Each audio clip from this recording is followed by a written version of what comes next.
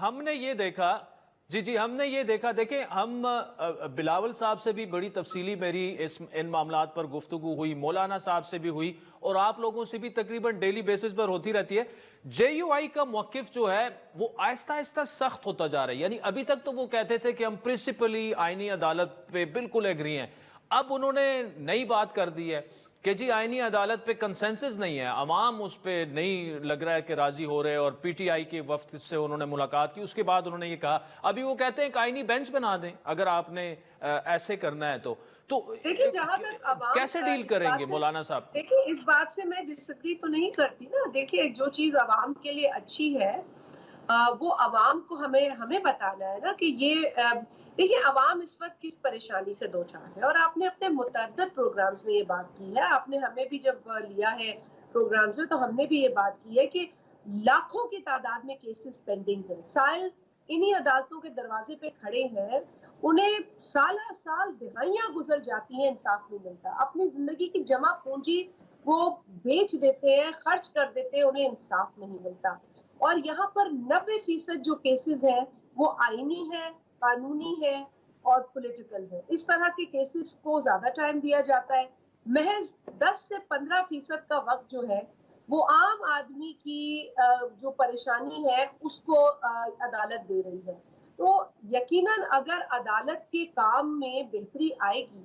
Reform کے ذریعے آئے گی، ایک عدالت آئینی عدالت کے قیام کے نتیجے میں آئے گی، تو اس کا جو ڈائریکٹ اثر ہے وہ لوگوں پر پڑے گا۔ اور یہ سمپل بات ہے، یہ اگر لوگ ہماری اس گفتگو سے نہیں سمجھتے تو ایز پولیٹیکل پارٹی ہم اپنے ووٹرز کو اور اپنے لوگوں کو سمجھاتے ہیں۔ اسی طریقے سے جو بھی جماعت سمجھتی ہے کہ لوگوں کو کنفیوژن ہے، تو میں سمجھتی ہوں کہ اونس ان پر بھی ہے کہ وہ اپنے ووٹرز کو سمجھائیں اگر ان کے ووٹرز کلیئر نہیں ہیں، کیونکہ ظاہری بات ہے وہ ووٹر پریشان ہے۔ اب وہ یہ دیکھ رہا ہے کہ جی میرے مسئلے کا تو کوئی حل نہیں تلاش کر رہا، معیشت کے حوالے سے، بے روزگاری کے حوالے سے، غربت کے حوالے سے جس طرح سے کام ہونا ہے وہ تو ہوتا نظر نہیں آ رہا، اور یہاں ایک نورا کشتی ہے، یہاں پر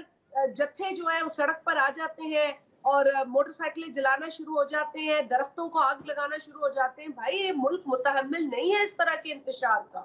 اس وقت ہمیں چاہیے عوام کو ریلیف دیں، اور اس کے لیے تمام پولیٹیکل پارٹیز کو سر جوڑ کر بیٹھنا ہوگا۔ یہ ایک ایشو ہے جو ہمارے نظر میں بہت اہم ہے اور بڑا ضروری ایک ایشو ہے جس کو ہمیں پایہ تکمیل تک پہنچے آئینی عدالت کے قیام کے نتیجے میں۔ اگر یہ ایشو حل ہوگا تو بہت ساری جو لوگوں کو دشواری ہے انصاف کے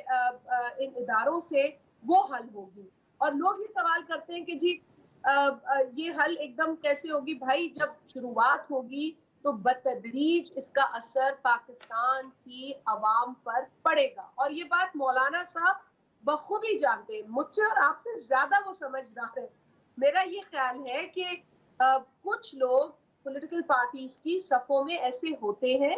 جو اپنی سوچ کا اظہار کرتے ہیں، اپنی رائے کا اظہار کرتے ہیں، اور نتیجتاً یہ سمجھا جاتا ہے یہ ان کی جماعت کی رائے ہے۔ اس وقت تک جس طرح کے ہمارے ڈائیلاگ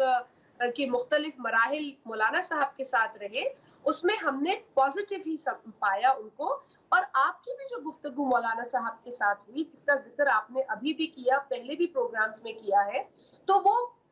کنسٹرکٹیو ڈائیلاگ تھا، کنسٹرکٹیو گفتگو تھی۔ مولانا صاحب کی تشویش خیبر پختونخوا کی لا اینڈ آرڈر کے حوالے سے ہے، وہ میری بھی تشویش ہے، آپ کی بھی تشویش ہے، اور ہر پاکستانی کی تشویش ہے۔